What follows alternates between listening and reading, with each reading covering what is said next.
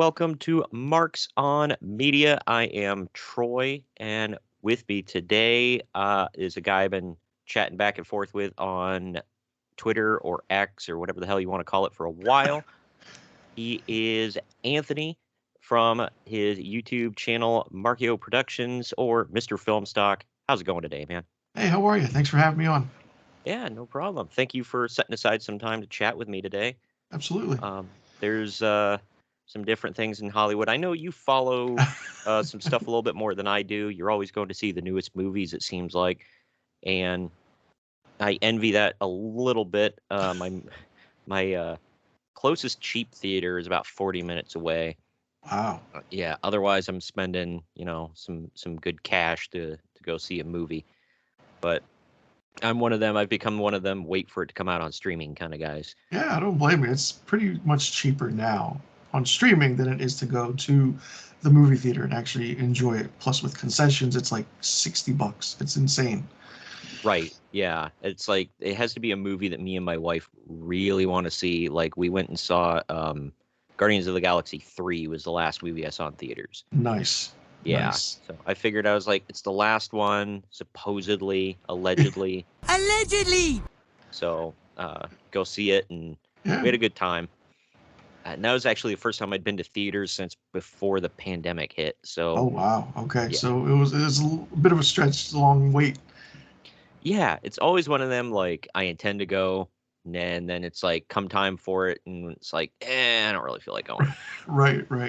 Yeah, I Or, have the well, Regal Unlimited pass, so I go ooh, whenever I can. So yeah, it's not too bad. So that's not bad. Yeah, I know my my friend that just passed away, he had, I don't think it was AMC. Was it Cinemark? I think was the oh, one. okay. Yeah. He had their thing, so it was cheaper for him, and he went and saw a ton of movies every month. So, but yeah, there's some good ones that have come out recently. I posted a video about it not doing so well on its debut or its first 2 weeks, I think, but it picked up and it's been making money. Actually, turning a profit was that new Hunger Games. Or I guess Oh, well, okay. the new prequel to the The Hunger Games, prequel, whatever. right? Yeah. I Have you heard. seen it? No, I have not. No. I saw the originals when they came to TV or streaming, and I Yeah. was like, it's not bad. But with another prequel thing that Hollywood does, sequels, it's like, okay, what are we gonna do? How are you gonna do it? And I do like the concept of them working off the character that Donald Sutherland played, just Hmm. to see how his rise to power. And with that, I like just to see what happens. But I think after that, just don't do any more. Yeah. Well, this one was slow going, but I guess by week 3 or week 4, it actually turned a profit, which Okay. normally they can, because after the first 2 weeks, everybody was saying it's a bomb, it's not making money, it sucks. It's another bomb for Rachel Zegler. She Oh, yeah. up to this point in her career, up until that film, she's never been in a film that made money. I don't I, think she's ever had a good film, to be honest. I If you like the want to count second. West Side Story, Yeah, I haven't seen it, but I heard it was okay. yeah, It seemed like more of I think didn't Spielberg say that was more of a passion project, just something he always wanted to yeah, do? just he just wanted to redo it and then see what would happen. Yeah, Yeah, well, that's I think it ended up being one of his only bombs in his entire career. yeah, it was. I think, yeah, it's been a while since he had a bad movie. Yeah, and then she was in the second Shazam movie. I liked it because I like the character. I love Zachary Levi, but Yeah, that was a fun movie. I enjoyed that a yeah, lot.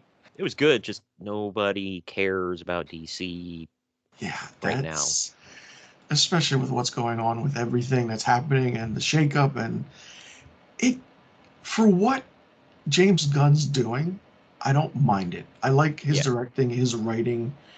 I mean, when he did Dawn of the Dead, he wrote it. People were like, "Who wrote Dawn of the Dead?" And everybody's like, "James Gunn."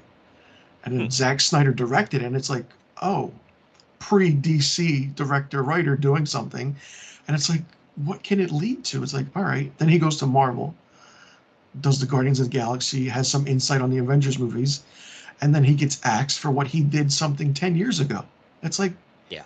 then goes to DC, maybe directs the best movie in that entire genre. This is the Suicide Squad. Mm, Goes back to Marvel. And it's like this guy's living his dream right now.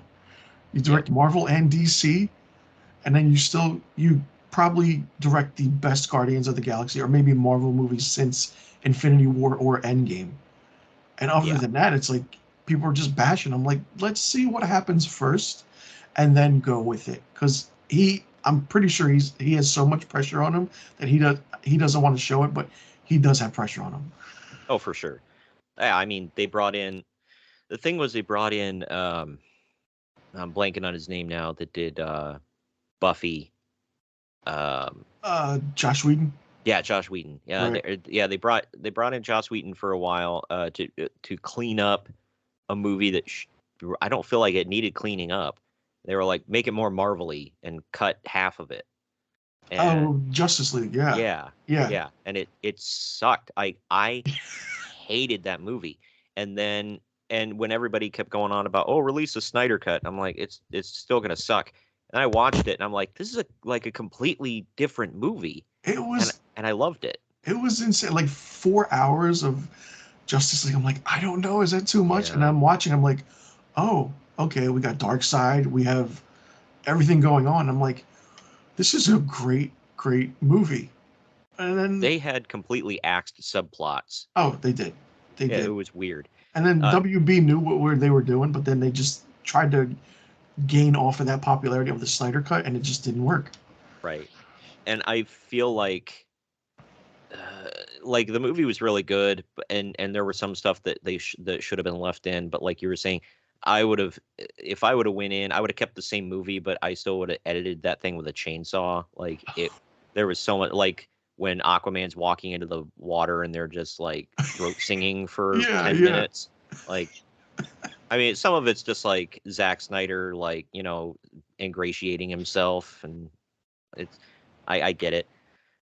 Speaking of him, I didn't intend to bring this up, but now I'm thinking about it because we're eventually going to talk about 2023 in film.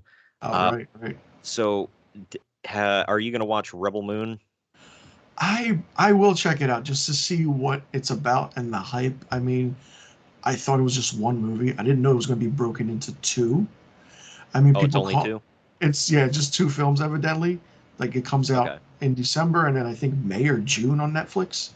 Yeah. But with Netflix, they're just giving money out to filmmakers, directors, just to see what can happen, and they're trying to give Zack Snyder a chance, which I don't mind. He's a good filmmaker. It's just that he doesn't.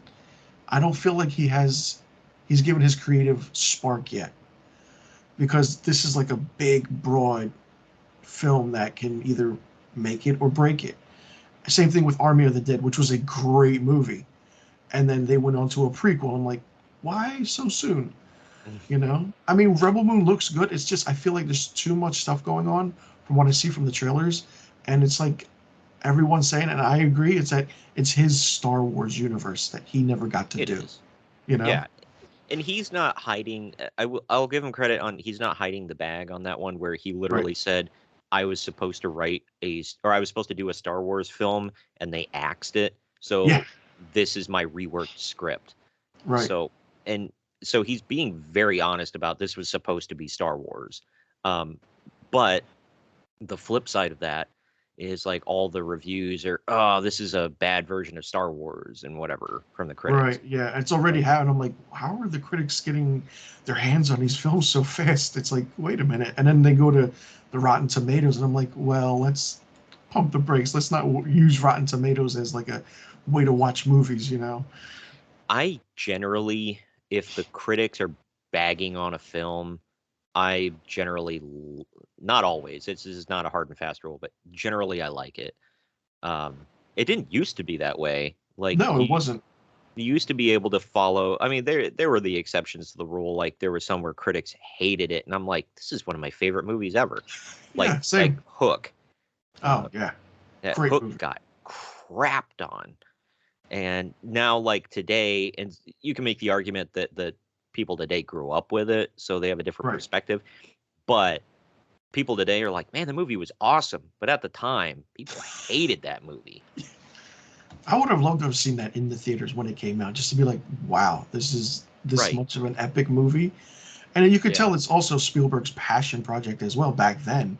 Yeah. And then he wanted to do it, but then he just like, well, it didn't make its money what it's supposed to, but I like how it's gaining attention 30 years later. Well, and then you see the versions of Peter Pan they've done since then. It's like Yeah.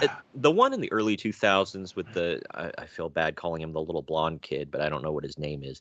Which And one was then it? Jude, I think Jude Law played Hook, if I remember correctly. Oh, I'm not gonna now I gotta look Look it at up. Peter Pan 2003. That was it. Oh, wow. Yeah, I remember that came out. Jeremy Sumpter played Peter Pan. Oh, I'm sorry, it's Jason Isaacs played. Oh, okay. He played Captain Hook. Uh, that was pretty good, but it was just a retelling of the The same story. That's true. It was, and I think the one Jude Law you're mentioning is this year's Right. version. Yeah, which Yeah. I didn't know was a live action remake of the cartoon. I Yeah. was like, oh, okay. If anybody wants to go through my archives, I did a whole like review of it and I broke it all down. And I love Peter Pan. I even when that looking back it sucked, but that movie Pan, did you watch that? Had I don't think I've seen that one. No. had Hugh Jackman played Oh, where he played Captain Hook. Yeah.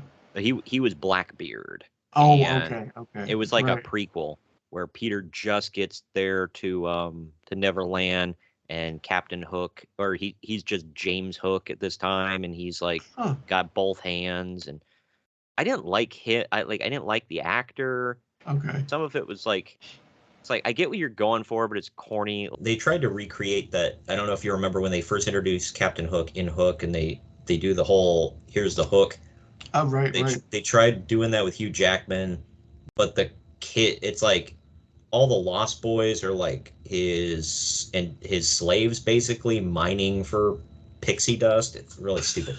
But as he's coming out, they make them in a cappella sing in a creepy way. Smells like Teen Spirit. Oh my goodness. You can YouTube it. It's like at the time I was like, oh, okay, whatever. Like I'm in the theater and like not thinking too much about it. Looking back, I'm like, that was dumb.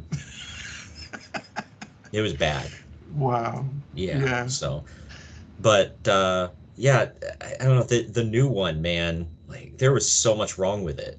Like they put a lot of like obviously Wendy is like looking back at it, even though it's Peter Pan, like Wendy's kind of supposed to be the focus because Right. she's the character that changes the most in the story. I didn't see, I don't know, the character arc I saw from her in Peter Pan and Wendy was not good in my opinion. Mm. And some of the character dynamics were drastically changed. Tinkerbell was just like ex machina Tinkerbell. Like, oh, we need pixie dust. Quick, where's the fairy? Yeah. I mean, I didn't mind it. I mean, it's Disney just released it on Disney Plus, and I was like, oh, it's okay. It's a good thing they did that because I don't think it would have made its money at the theaters. It would have just bombed, and then Disney would have lost more money. Yeah. I mean, Jude Law was fine as Captain Hook. I didn't mind it. You know, I feel like when any movie casts a villain of that nature, it's like, who can you get? And he did a good job.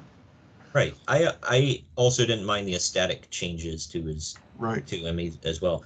I didn't like the change to the backstory of Hook though, because then I was like, why am I supposed to cheer for Peter Pan now? Like I feel like Hook has a point. Yeah. Yeah. Because it's like, oh, I started missing my mom, so he told me to get the F out of Neverland. And then when I tried to come back, he cut my hand off. Like, dang, dude. Yeah, yeah. Very different than what it used to be.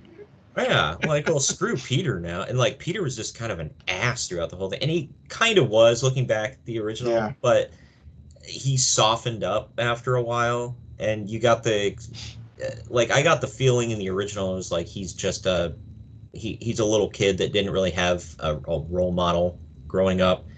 But in this one, it's like, he was also kind of useless when you think about it. Like, when he comes to save them on the ship, it's like, Yeah, but Wendy's already kicking everybody's ass. Like, why do we need Peter? Yeah, it's like that was just a writer's subplot that they had to just throw in there just to see what would happen, I think.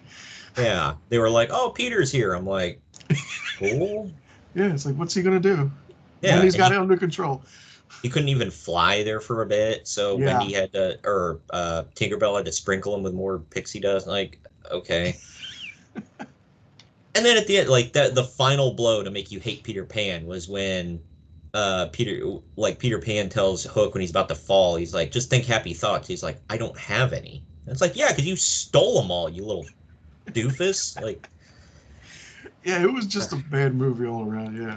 yeah. So I'm like, I don't think Disney hires people that understand character arc anymore. Oh no, absolutely not. I mean, now with them having Marvel, Star Wars, and Harry Potter, and whatever else they have, it's like, what if they do any more of films that kind of calls to the young kids of our generation and we grew up and it won't work because we know how those characters are, and if they change it, we're like, that's wrong. It doesn't work like Yeah. that, you know.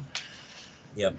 Well, and then you know, the Harry Potter thing they're talking about. I'm actually hopeful about that because WBD, whatever, Warner Bros. Discovery, Yeah. they still own the rights to that, and they are bringing in J.K. Rowling, who people can hate her all she wants, but I'm sorry, it's her creation. She Yeah. deserves to have input, Mm-hmm. and they're doing a full blown like 10-year series now. Yeah, it's a series. Yeah, like every single year, it's like a different time at Hogwarts. Mm-hmm. Yeah. And I'm looking forward to that only because I I grew up on the movies. I literally saw them all in theaters. Mm-hmm. I grew up on the books, so I have an affinity for it and the movies. But they did it because they were films. They had to skip a lot of stuff, and there was some subtext missing, and full blown characters that were just written off. Right, right. Because it's like, are they really important to from beginning to end of this film? So they can. Rowling herself said there's not really going to be much skipped. Like we're going to hit all of it in this, That's which they good. should. Yeah, they Yeah, should. Yeah, you can do more with a TV series than you can in a 2-3 hour movie, right. which works. I mean, then it's like, how many episodes can the season be? You know, if it's like 10 seasons, it can work. I think You she know, said it's going to be 10 episodes per season, which is good. that's I good. think, yeah, because I hate that. And I think that was one of the things with the actors and writers strike is they were like, no more of these 8 episode seasons, Yeah. where it's like, well, what's the point?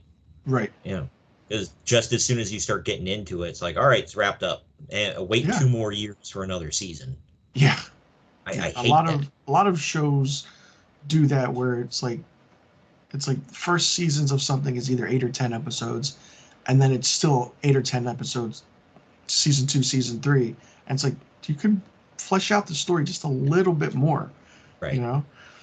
Something like there has to be a happy medium because there's that, and then there's like I also don't want to go back to the old model of like if you watch things like I still love to this day like Friends.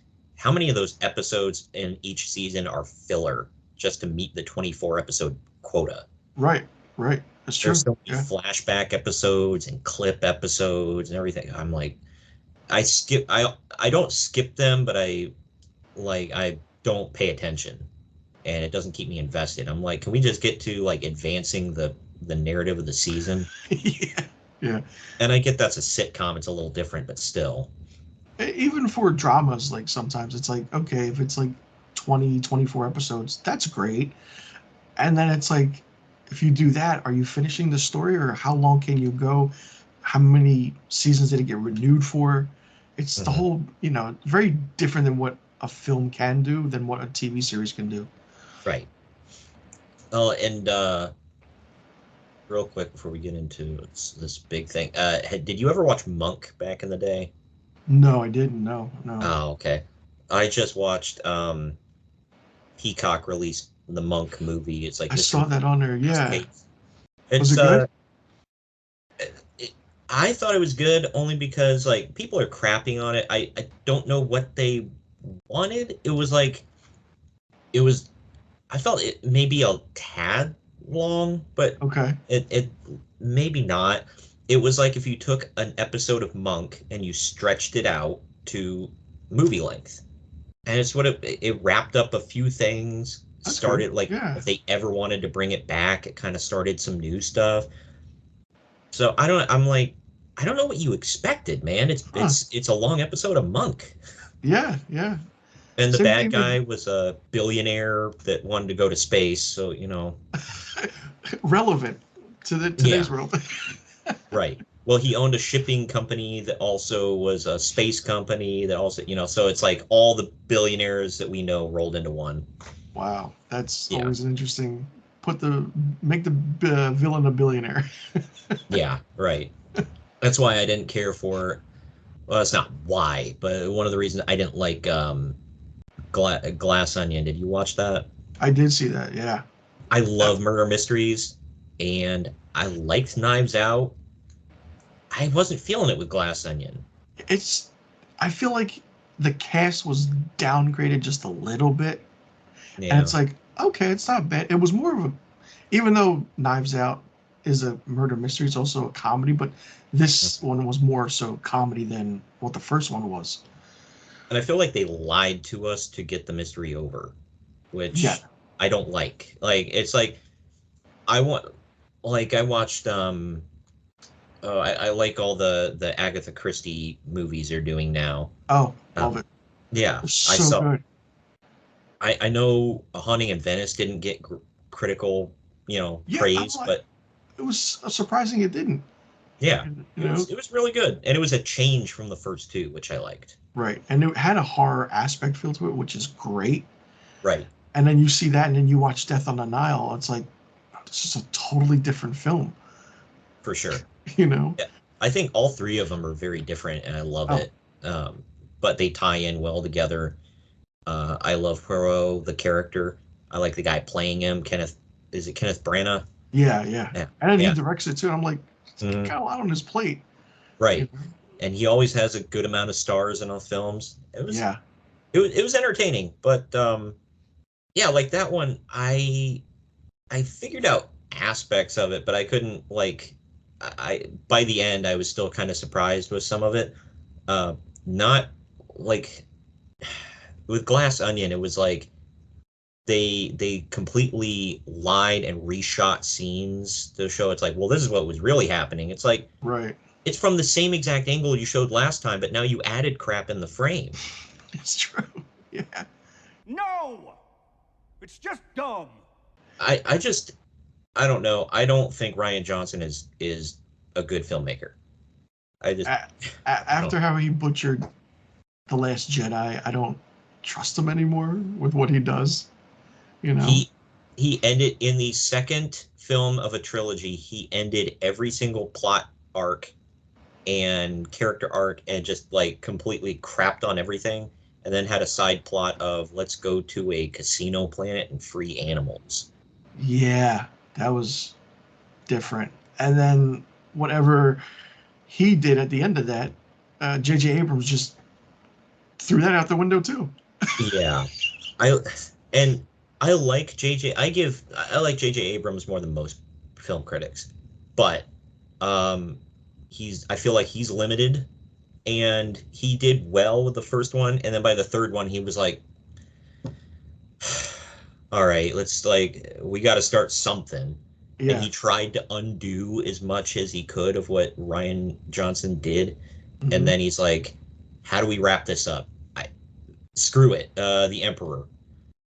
Yeah, which I didn't mind, but then it's like, knowing that she's the granddaughter, I'm like, that's a cool story. But the showing of how she's the granddaughter, it's like, just Kylo Ren's like, yeah, your granddaughter. I'm like, maybe have Palpatine say it at the end, and then it would have been a nice twist, Yeah. And then he's like, well, your parents were just randos that died and got buried in the desert. Okay. Yeah. Cool. But you have both the light and the dark. It's like, oh, okay. But do you though? Right. And they wasted Finn completely. Yeah. I was more invested in Finn by the end of the first movie than any other character. Oh, And same. Yeah. they ruined it. Oh yeah. By He the had, end of that one, they did. he had no development in the third film. In No, the second film, his development, I feel, was negative. it was, because then it shifted to Oscar Isaac's character Right. of Poe Dameron, and it was like, oh, okay. And then BB-8 became a new R2-D2 for everybody. Yeah. And by the third film, they were like, you know what? Let's just not care about Finn. Like, he's Right. there, but you know, he's just kind of like he's tagging along. Yeah, yeah. You can see like the Easter eggs they did from the original films back in the 70s and 80s, and they put it into this new one. Like, you know, Finn was the new Han Solo, and how he's just laying there and, you know, not doing it. It's like, okay, where are we going? You know? Right. And then Yep. Rian Johnson is like, yeah, let's have Leia fly through space. Oh my God, yeah. Horrible CGI and Yeah. yeah, and you know, I agree with the critics that say, you know, they never once had Han, Luke, and Leia in a scene together, and Yeah. they've missed their chance. It'll never happen again. That's true. And I didn't realize that until like after I saw and rewatched them. I was like, they don't share screen time at all. Nope. When they should have. And then just the scene that pisses me off the most is at the end, like the very last shot of the whole movie, like the whole trilogy, where they're like, they ask Rey what her name is, and she's like Skywalker, and I'm like, F off. Yeah, yeah. And then you see Luke and Leia, like, Force Ghosts come in. I'm like, okay, nice touch, but then where can you go with it?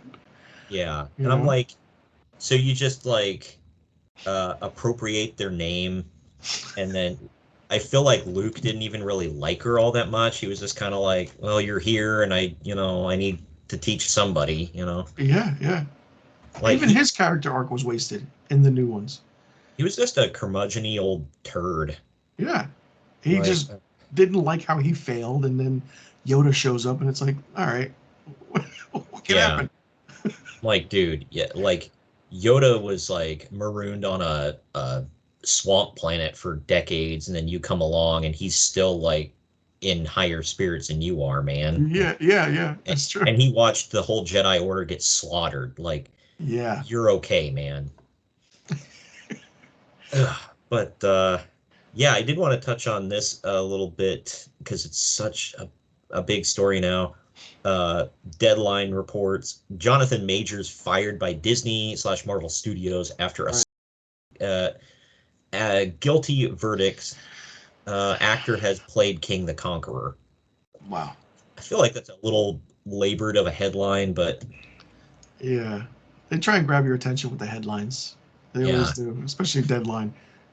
they could have left out the part where actor had played King the Conqueror. Like, in case you don't know who this guy is that this headline is about, like, okay, like, we get it. But yeah, it said in the wake of the Emmy-nominated actor being found guilty of reckless, I'll censor it for YouTube, reckless bad behavior in his DV trial by a 6-person NYC jury. A studio rep confirmed the news about the decision to not move forward with Majors in the MCU.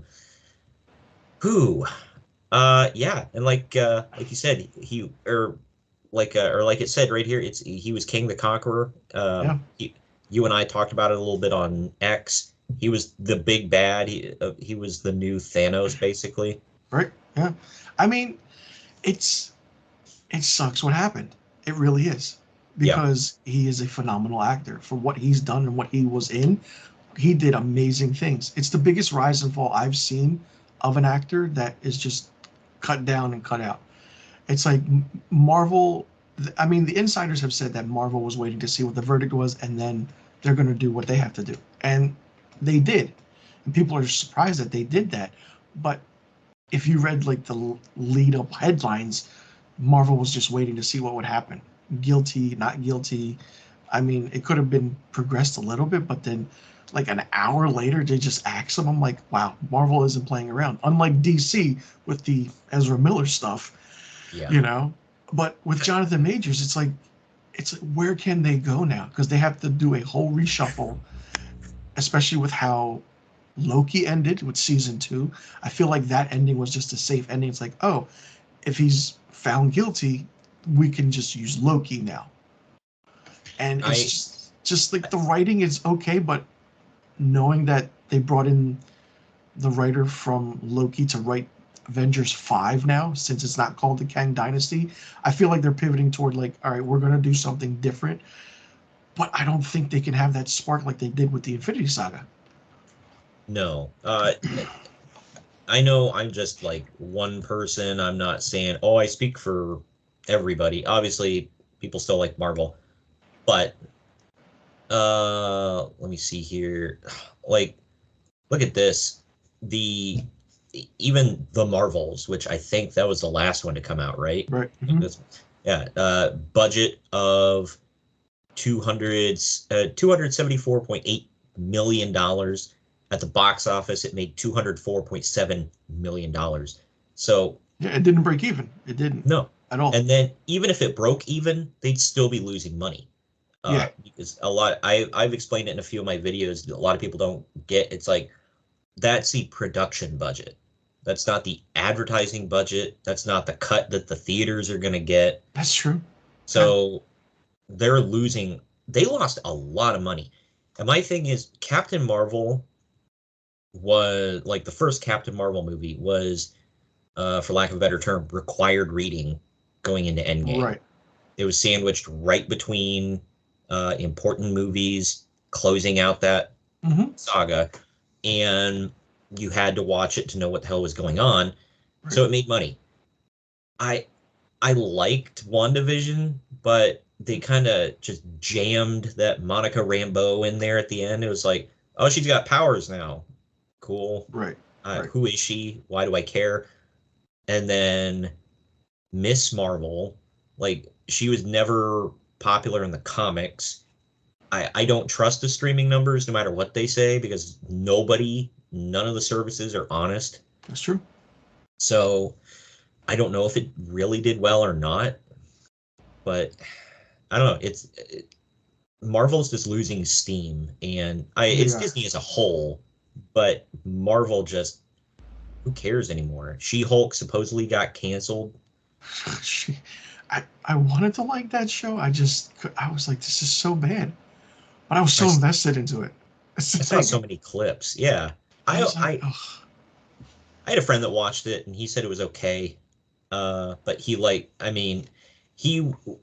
is my friend that just passed away. He was not to talk, but I'm not really talking ill about him, because there are a lot of people like this. Like, you like what you like, but he was the definition of a consumer. He wasn't a he didn't watch things based on like critical, like or dislike. He didn't pay that much attention. He was a Marvel consumer. If it had Marvel label on it, he was watching it, good, bad, or indifferent. Okay. Yeah. So I don't know. He said it was okay. I refused to watch it because I had seen so many clips of it that just infuriated me. I'm like, I couldn't get through a whole episode of this. I just can't. And I'm not going to torture myself. There are things in it that were like good and bad, mostly because it's like she's still trying to understand her powers. And then you bring in Emil Blonsky, Tim Roth from the Ed Norton Incredible Hulk. He turned into a comedian in this. Then they bring in Daredevil, and it's like, wait, why? How? I don't know. It was just here nor there. And then you look, like, the She-Hulk comics have been canceled multiple times because like they have a little bit of interest, and then that interest wanes. People don't give a crap anymore. And like, they've done that with so many characters so far in Marvel, and then the characters that do consistently make money, they're like, we're gonna move on from them. Yeah. Like, and now they're focused on the Young Avengers, and how is that going to change now since Kang is no longer the villain? Well, he might get recast, which would be fine, but then, because there's so many variants, so many different ways you can do it, but then what can happen with that character? It's like, if you do Kang, is he going to be more powerful now than he was before? And if you do kill him off, the only option is to bring in Doctor Doom. Bring in Doctor Doom and then just have him evaporate the entire Kang dynasty or whatever the variants are. Oh crap! I forgot he was Killmonger, because I was gonna say it'd be funny if they brought in Michael B. Jordan to replace him. That would be, yeah. But he already played Kang, or not Kang, Killmonger. So a lot of online fans are like, bring in John Boyega, the guy who played Finn in Star Wars. I'm like, oh yeah, that could be a good thing. That'd be perfect. That would be great casting. He's built, he has similar facial structure, even, I'd say, to Jonathan Majors. I think he looks younger a little bit, but you can make it work. And Kang had that certain way of talking where, like, John Boyega can fake an American accent for sure, but for those who don't know, I think he's British. Yeah, he is. So, but he can fake a good American accent, but he can also, I feel like Kang had like an upper class kind of tone to him, and John Boyega could do that perfect with the, throwing a little bit of British accent in there. I think it would be good. But man, this sucks. I don't know. It sucks to see what happened to him, because he had so much going for him. And then he had Creed 3, which was great. He made that movie better. I mean, like, he played a good bad guy in that. And anything with, like, those boxing movies or any kind of James Bond movies, it's always the villain that makes the character better. Yeah. And that's what it did. And he was great. And then his licensing deals, his commercials, his movie that was supposed to come out where he was supposed to get nominated, or, word of mouth for Oscars or whatever, that got canceled too. Right. Yeah. It sucks.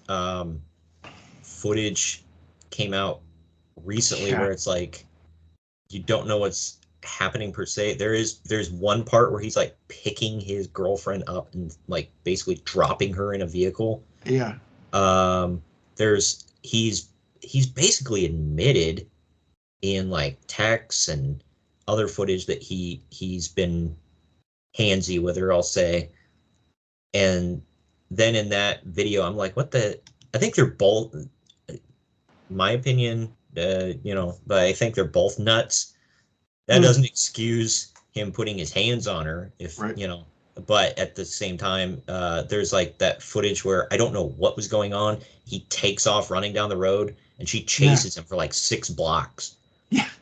I was like, wait, who's the one actually getting attacked here? That's where my opinion started to turn a little bit, because I'm like, maybe he is telling the truth. And then other stuff comes out where it's like, oh God, dude. Yeah, how he's like difficult on set and stuff. I'm like, wait, okay.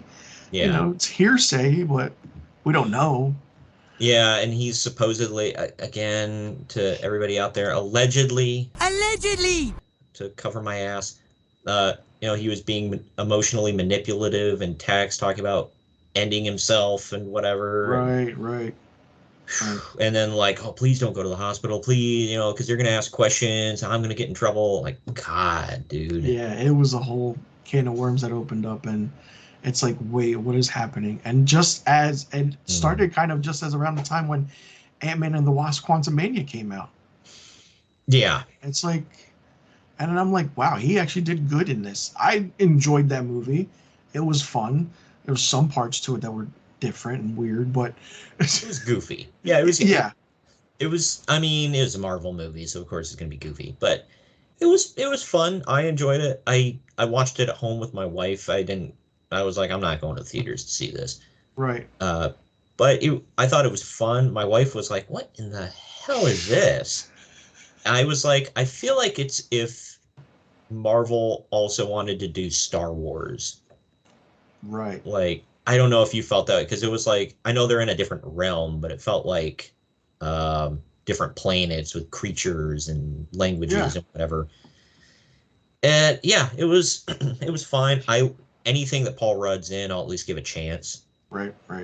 He's one of them guys where I'm like, oh, he's like, I was already deeply invested in Only Murders in the Building, but then I saw when he's in it, I'm like, oh hell yeah. Yeah, this season was a good season for that one too. Mm-hmm. It was fun. Spoiler to anybody who hasn't seen it, I mean, he's the one, literally his one and only scene in season 2 is at the very end. He's the one who dies. Yeah. So they're trying to solve his murder through the second or the third season.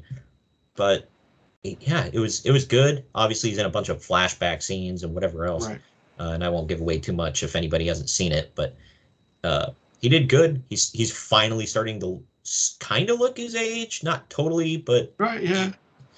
It's funny when like they're showing flashbacks of he's supposed to play like a teenager or a young 20-something in a movie. Yeah. I'm like, and it's just him. It's just him in his stage now. It's like, okay. I don't know if that was supposed to be the joke, but it's like, it's funny. But yeah, it sucks, man. It does. It's gonna go see how the trajectory now is of Marvel. It's gonna be interesting to say the least. Maybe they might put in a storyline in Deadpool 3 where it's like, oh, let's just change the entire timeline now and to see what happens because we can do that. Right. I did want to, before we switch off Marvel real quick, have you seen any of the rumors about Fantastic Four or the X-Men?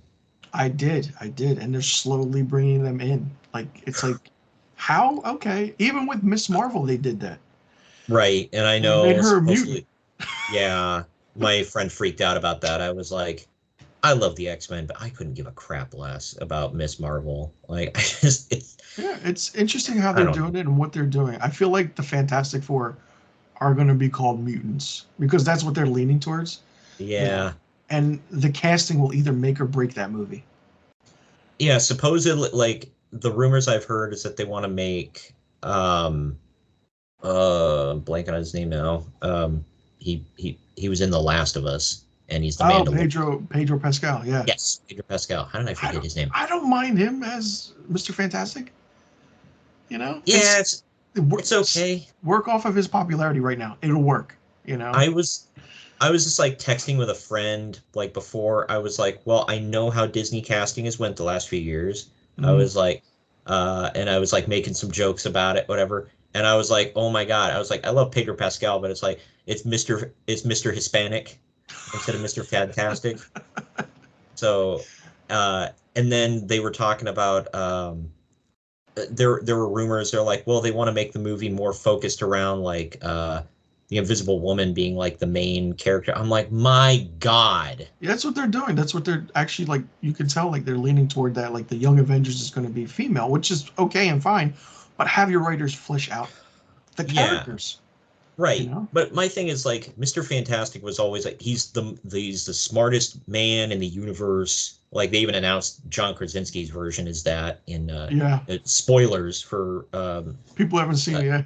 Yeah, for Doctor Strange mom.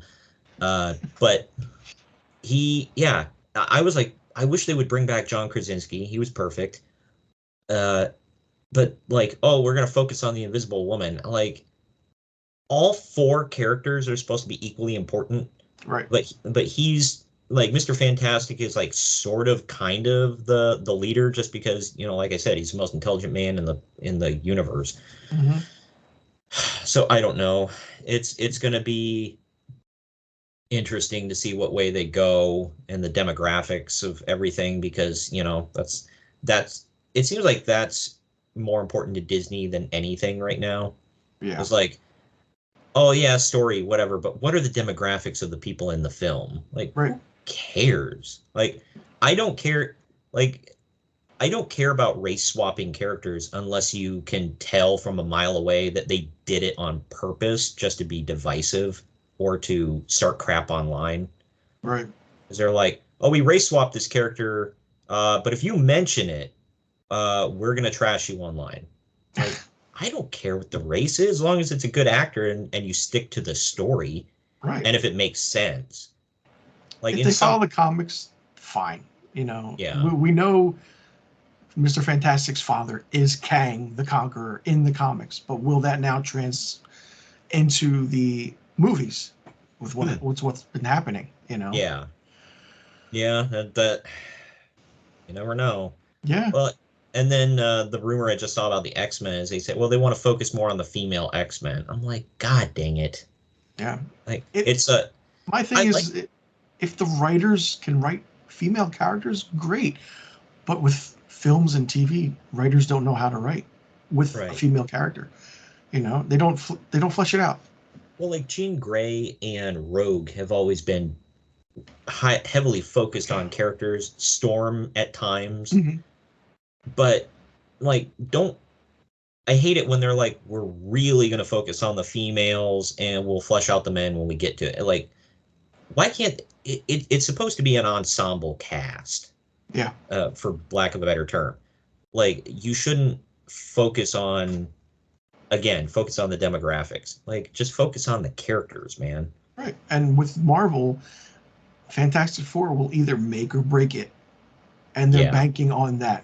You can have Blade, you can have Deadpool 3, Avengers movie, but Fantastic Four is the one that's going to either make or break Marvel now, because it's been so much anticipated that if it fails, who knows what can save it. Even if they do Spider-Man 4, even that could even, who knows what's going to happen with that. If you fumble Fantastic Four and the X-Men and you can't manage to pump out money like from those films, just pack it in. Right. You're done.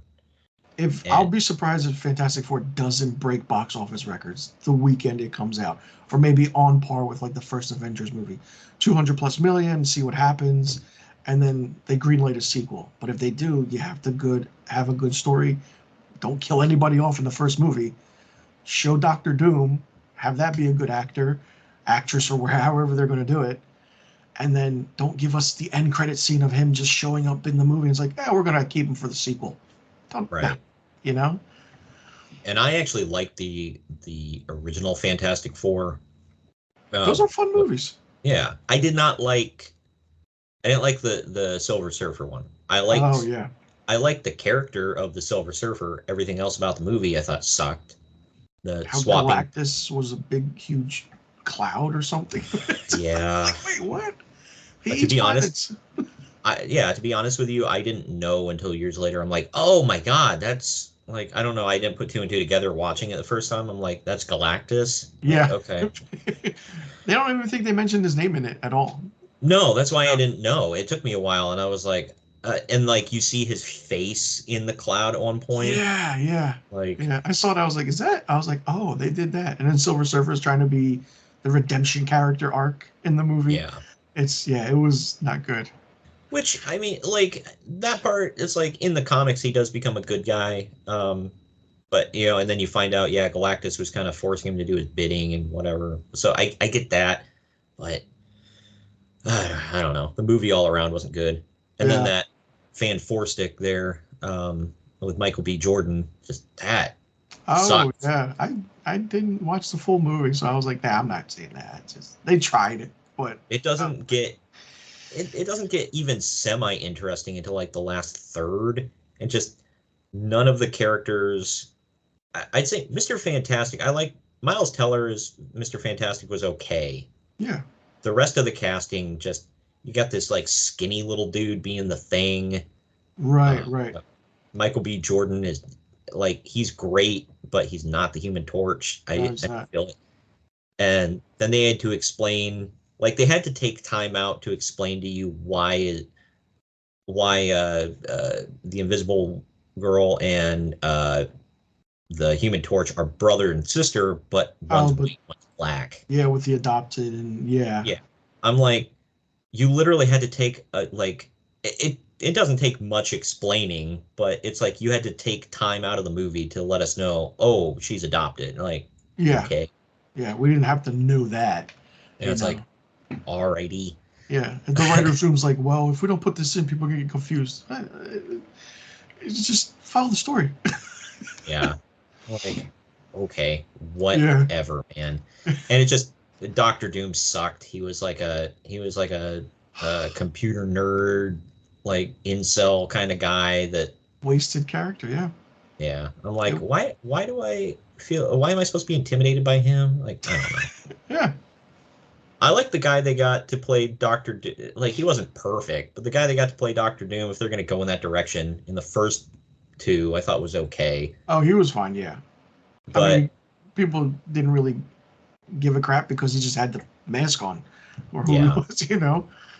I would like them to follow the comics a little bit more with Marvel, like make him. There again, they've got the fantasy country of Wakanda. Now they can have the fantasy country of I'm blanking on where something Stovia. I forget where Doctor Doom's from. Oh, okay, all right. Yeah, that little area where he ends up becoming like the king and all that over there. Right. So it can work, and then make him like 7 feet tall or something. Like make him like towering over everyone and just be that menacing. Yeah, he is. He's like 7 feet tall, and people are like, "Nah, it's not accurate." I'm like, it's actually in the comics, it is accurate. Wolverine's supposed to be like what, 5 feet tall, sawed off or something like that. Yeah, like, he's short. He's really short. Yeah. That's why I guess they were talking about in the original X-Men movies. They were looking at Danny DeVito. I was like, oh god. Like, I know he's short, but like, no. That's way short. Like, he was fine as the Penguin. Let's just leave it at that. We know him as the Penguin. I'm trying to imagine like him acting like he did in Always Sunny, but as Wolverine. Well, as Wolverine, yeah. That would be pretty cool. That'd be great. I'd pay money to see that, but not for the same reasons as going to see like the actual X-Men movie. And while I've got because I wanted to talk to you a little bit about, I know I'm keeping you a little long. Sorry about that. No, it's fine.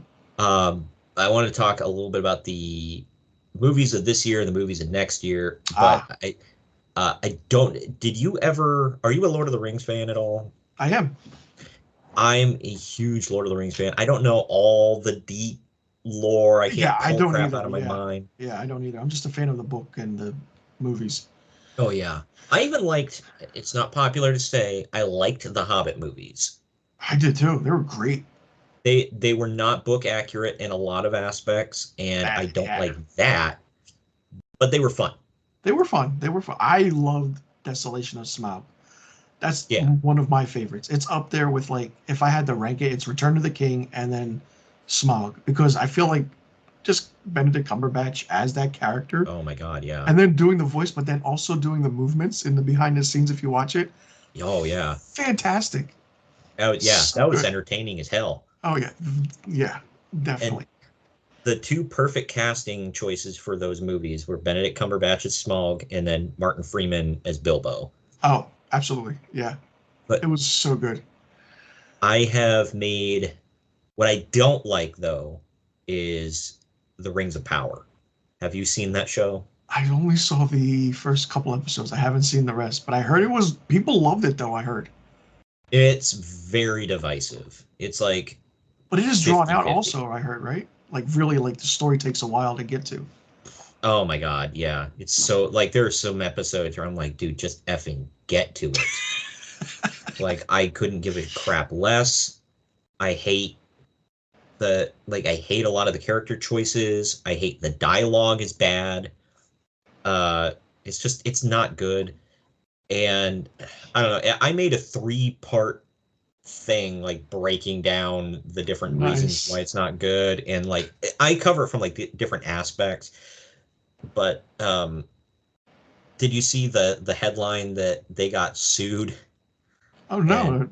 Did it just come out? Oh wow. Well, here's the thing. I actually had a friend send me the article after I covered it in a short, but this guy wrote it was essentially fan fiction, but he made it into novels that were supposed to be sequels to the Lord of the Rings. And he's like, oh, it's going to be a 7-part book series, like, not based on his own stuff. He has no permission to do this. Wow. And he's publishing these books. And he sued the Tolkien estate and Amazon, claiming that aspects of his stories they stole for the Rings of Power. What? Yeah. And he had the intestinal fortitude, I guess, the gall to sue them. And the judge threw it out right away and said, "This is ridiculous." Yeah, it is. And then Amazon and the Tolkien estate turned around and countersued this guy. And Wow. the judge ordered that not only he pay them like millions of dollars for ripping them off, but then the judge ordered that he has to destroy all copies of his work. What? Yeah. That's insane. Yeah, and he was like, the judge was basically like F around and find out, man. Like this, like come on, man. Like you don't own these characters. Right. You took somebody else's work, made books with those characters and the titles, and then you're gonna sue the people who do own those works? Yeah, like, it's nuts. It doesn't work like that. Yeah, no. Oh wow, that's insane. Yeah, it's just the stupidity and the gall of this guy. And his last name is like Polychron, which I also think is funny. Sounds like a villain in a fantasy book or something. Right. I'm like, is that your actual name, or did you like change that to be like edgy? I don't know. Is that a pen name or something? Like right. And now WBD is actually doing what because I watched the Rings of Power and I got so furious. I'm like, this show sucks. And WBD owns the film rights to a lot of which is why they're, Amazon's making it a show and WBD is not. Mm-hmm. They're going to make a movie I think it comes out next winter. Oh. And it's called The Lord of the Rings, The War of Rohirrim. Okay. And it's also a prequel to anybody who knows what the War of Rohirrim is. And it's like when Gondor had a big fight. Oh, wow. I don't know all the details about it, but I know it's... I think isn't that supposed to be animated? I feel... No, it's going to be live action. Oh, is it live action? Okay. Yep. So, and because they still own all that material. Yeah. And they can. So they're going to have their own movies. And they said this is going to be a standalone. They're not doing like a trilogy or anything. Thank God. Yeah. But if it does well, I can imagine more are yet to come. Right. Especially when WBD's been basically running in the red for years at this point. Especially now with who owns it. And I always am one of those like, whoever's... I don't want to drop names because, defamation and everything, but whoever runs the Warner Brothers Discovery is putting it in the can, literally. Yeah. Because they don't know what they're doing. Well, originally I wanted to talk to you about Batgirl, like how they just threw that in the vault. And don't do that. I am so against that. It's like a movie's finished. You did all that time, the cast, the crew, they put all their heart into a film. Don't just shelve it because you want to get a tax write-off for it, And then you bring in Michael Keaton as his second appearance after 30 years, after The Flash, which is the only reason to go see The Flash or watch The Flash is for Michael Keaton. Right. And then I would have loved to have seen how his character arc would have been from The Flash to Batgirl, and then to see how that would have worked. But then WB's like, no, the dailies look bad. I saw the whole entire movie. We're just going to write it off and we'll get our money back. I'm so against that. It's ridiculous. I was of two minds of that because on one hand, I was like, if they saw this and they're like, man, our reputation is in the dirt. We've put out so many crappy movies. Everybody got paid that was on the film. So it's not like they're, getting screwed of money. But so let's just can it. Screw it, because we're going to lose a ton of money on this if we put it out. But it's like, apparently when people watched the screening of it, they loved it. Yeah, that's what I heard. Yeah. And they also, like, you want to talk about production hell for a while, like it changed hands a few times, and the directors, I can't remember off the top of my head. It's a couple of brothers. I can't remember what movie they did before. But they had went to I want to say they did John Wick. I might be wrong on that. Somebody can correct me in the comments. Yeah, I'm sure they will. But they they went to the head of, I think, DC Studios at the time, and they were like, "Hey, there's some stuff in this. Like, there are some holes in this script, like that we really need to fill, or we need to change some things to make sense. You know, do it a little different." And they were basically told, "If you're not going to film it the way it is, then we'll find somebody else. Get out." And they're like, "Okay, well, Yeah. we'll film it the best we can." And then their mindset was maybe after they see it, they'll go, "Oh crap," and they'll order some reshoots. Right. Which is a hell of a gamble, but you do what you got to do. And apparently it was good. Brendan Fraser was Firefly. Yeah. The story sounded solid. Because at first I'm like, who cares? Yeah, at first I'm like, who really cares about, like, because I mean, Batgirl was fleshed out in Batman stories along the way, but I'm like, this is her first appearance in the DC universe. I'm like, tell me why I'm supposed to care. Right. And it sounded like they had a good story behind it where I would have been into it. And it's more grounded in Gotham. We would have got to see Michael Keaton not fighting aliens in the desert. So it would have been fun. But yeah, they just said they canned it, and people talked to Brendan Fraser was interviewed about it, and they're like, "What happened to it?" He's like, I don't know. He's like, "I thought it was a good movie. I had fun, but they threw it in a vault and they won't let anybody see it." Yeah, nobody will see it. Yeah, it's like no matter how you try, even if you do like a campaign online, they like WB's like, "Nah, we're not going to release it." No. It's just they're even doing that now with the Wile E. Coyote Acme movie, the Looney Tunes. They shelved that, and then but now they're shopping it around. So WB's like, "Give us $70 million for it." I'm like, "What?" Yeah. How about you eat me? Yeah. That would be a fun little kids movie, but who the hell's like, really? Come on, man. They've gotten the behind the scenes out, what the cast have done, the crew, a couple of like CGI shots. It actually looks like a good movie. And people are like, "Oh, well, is it going to work? Is it this?" So either I think they said Paramount or Amazon are going to pick it up, and they might release it in theaters, which is I'm like, fine, go, I'll support it. Shop around. I wish they would just shop around Batgirl. Like, they should. You can't tell me some of these other content hungry studios wouldn't pick it up. They would, but then with WB having the rights to the entire Batman universe, they wouldn't do that. Right. So that's the problem. That's why there was a campaign for a while with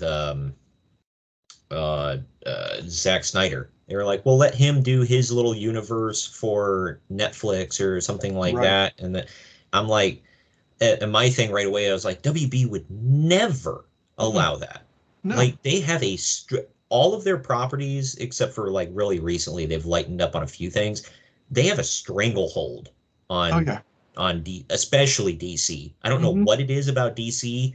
It's their moneymaker. Batman's their moneymaker, literally. You could say Superman, but Superman hasn't been popular with the fans ever. For some reason, it's just Batman. It just works. You know? Even if they did try, I mean, the new Batman with Robert Pattinson, I was like, okay, I loved it. Oh yeah, it was so good. My wife's not a diehard, like, she likes Batman, but she's not a diehard Batman fan. She's never been a Robert Pattinson fan, unlike a lot of women her age. But I got her, I was like, "You got to watch this movie with me." She's like, "All right, yeah, it looks all right." And we sat and we watched it, and she's watched it like 3 times since then, like on her own. She's a fan, yeah. She's like, "I love this movie." I'm like, "Yeah, it's freaking good." I mean, it's my second favorite. I know people of a certain age are going to highly disagree with me, but it's my second favorite Batman movie behind Dark Knight. Okay. And I know I always got into an argument with my friend about it because he's like, "No, Batman '89, greatest of all time." I'm like, that's probably number 3 for me. Yeah, I would agree with your top 3. Yeah, it's up there. It's for also being a 3-hour Batman movie. That was it was good. And then Matt Reeves just did his own thing. WB gave him the carte blanche to be like, write the script, do what you want. Here's the money. And now a part 2's coming out, which is I'm looking forward to it. You know? And like with Batman, like or with that Batman, we've never got to see Detective Batman before. Right. And now this movie we did. And I'm like, that's great. And that's another thing. You know, I just talked about the race swapping. Like, I didn't give a crap about Gordon now being black because he's a great actor, and it didn't matter to the story one bit. Right. It did, because the focus was on the Riddler, and it's like, he's a serial killer. It's like, whoa, that's kind of deep, but where can we go with it? You know? Right. And Paul Dano, and he's a great actor too. So, you know, right. like you said, if you pick a good actor, the character will work. There was the one cringe line from Catwoman about like white privilege or something like that, but I was like, whatever. Like, it wasn't a big focal point. I didn't. I'm like, whatever. Roll your eyes, move on. And you know, I did like how they connected her to, what was it, Falcone? Yeah. Yeah, that was good. It's like, oh, he's my father. It's like, oh, okay.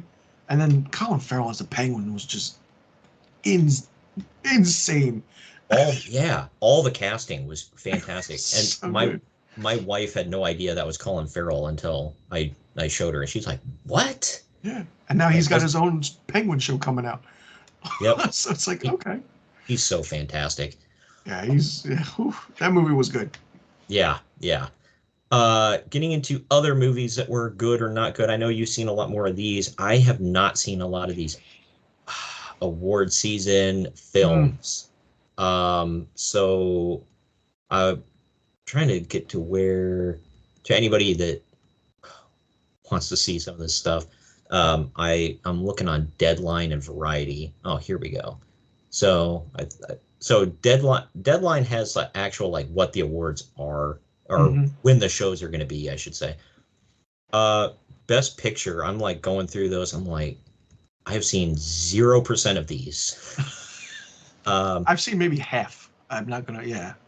Some of these I've heard of. Some of them I have never heard of. There's American Fiction, Anatomy of a Fall, Barbie, The Holdovers. Holdovers was interesting and fun. Yeah. Killers of the Flower Moon. Sorry, I reversed the name there. Maestro, Oppenheimer, Past Lives, Poor Things, and The Zone of Interest. Yeah. That could be your top 10, 8 Oscar pictures right there. I'm not going to watch Barbie just because it's not my kind of movie.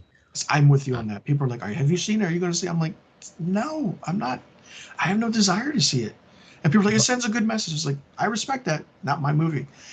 Yeah. I don't. And that's another thing. I don't usually watch movies for the message. Like, I don't care. Right. Like, I just want a fun movie. Like, if it works in a message into a good movie, cool. But yeah. You know, it's if not fans like it and people go to the theater and the theater gets the box office grows, I'm for that. Yeah. But if go see, I'm just like, nah, I'm not gonna, you know. Well, and I respect the hustle with Barbie, where it's like, the thing is, it's something different. Like, good, bad, or indifferent. It was something. It's not another superhero movie. It's not more of the same crap we've been seeing for years now. It was different, so people were willing to give their money to go see it. And same thing with Oppenheimer. I may eventually see it. I've heard it's really good. I like Christopher Nolan. It's a really good movie. Yeah, it's 3 hours and it's like, but it's the acting that really brings it. And then Killers of the Flower Moon also, which is like a little longer, but it's the story and the acting that really bring it together. If the story and the acting weren't there, it'd be like such a drag. Yeah, but Martin Scorsese, he kind of didn't he do The Irishman? Yeah. That was good thing it's on Netflix, because no way anybody would have sat through 3.5 hours or 4 hours of that. No. You know? Yeah, I liked that movie, but again, when I talk about editing with a chainsaw, man, if there's a good reason, like the Lord of the Rings, like they went through a 3-hour film and there was still interesting stuff left to do. That's why I like watching extended versions. But man, I feel like that's why I just have no interest. If Killers of the Flower Moon was shorter, I'd be like, okay. But he's like, Martin Scorsese's at this point in his life where he's just like, I want to make all these long artistic movies, and I'm like, ugh. Yeah. Like, and as like an editor, when you notice things, like you could have cut this out, make it shorter, leave this in, take this out. It's like, then it would have worked. There are things in Oppenheimer you could have taken out, and it's like, it could have been a shorter movie, you know. And people were so up in arms because like, well, we have to see what Japan went through. No, we don't. It's Oppenheimer's. We know what happened, you know. And we, as I mean, history knows what happened, you know. Yeah, right. Yeah, and I will say, Poor Things visually looks great. I might have to see that. Not gonna lie, because it's getting crazy reviews. Yeah, and I know why it is. It's artsy and, you know, sends messages or whatever, and it's like, I don't like the kind of messaging. I don't like all the I tend not to watch things with a ton of like gratuitous sex scenes in it, and that's where it that's what I heard, most of the movie. So it's just a reverse Frankenstein movie. That's all it is. Yeah, with a lot of banging in it, and like I did see like I kind of know what happens in it, and I'm just like, I don't know, not my cup of tea. So there are a lot of good movies this year and a lot of bad ones, but mostly your bad ones were mostly horror. I'm a huge horror movie guy. I love horror, and there were some this year that were just like sleepers, and it's just like, why did they make this? Why did they do that? I mean, there were more bad horror movies than there were good ones. Yeah. I had fun with Five Nights at Freddy's, but I'm not going to sit here and be like, oh, it was a great film. I enjoyed it. I'm not going to, if it's a same day release, I'm going to watch it at home. Oh, for sure. Yeah. I watched it on Peacock. Yeah. But seeing the box office numbers, I was blown away. It's like, what? I think that was another thing, like I mentioned, it was different. Right. I mean, yeah, it was based on a video game, whatever, but it didn't look like everything else out there. Right. So people are just starved for something new. It wasn't scary either. It wasn't horror. You know, it was just like, you know, some scenes here and there, but then it's like, okay, I like the story and the lore of it. You know, and Matthew Lillard doing his Scream and Easter egg interpretations was great. Yeah. I didn't mind that. I didn't like the acting job of the main actor. Josh Hutcherson. Yeah, Josh Hutcherson. He was like, I think that was kind of the point, but he was like literally and figuratively sleepwalking through the role. Right. And I'm just like, not great. Like, there were a few scenes where it was like, okay, but I just didn't like the character as a whole. Like, it didn't work. Yeah. And I don't know. It was fun. I would watch a sequel. My wife absolutely hated it. Thought it was such a dumb movie. Yeah. I'm like, So it'll get a sequel. It'll get. It's just that they have. Oh yeah. I'm surprised they didn't greenlight it already. Right. You know, it's Blumhouse. I mean, they have hit and misses, and I respect Blumhouse because they're dishing out horror movies that made for less than 20 million and just making returns like crazy. Right. You know?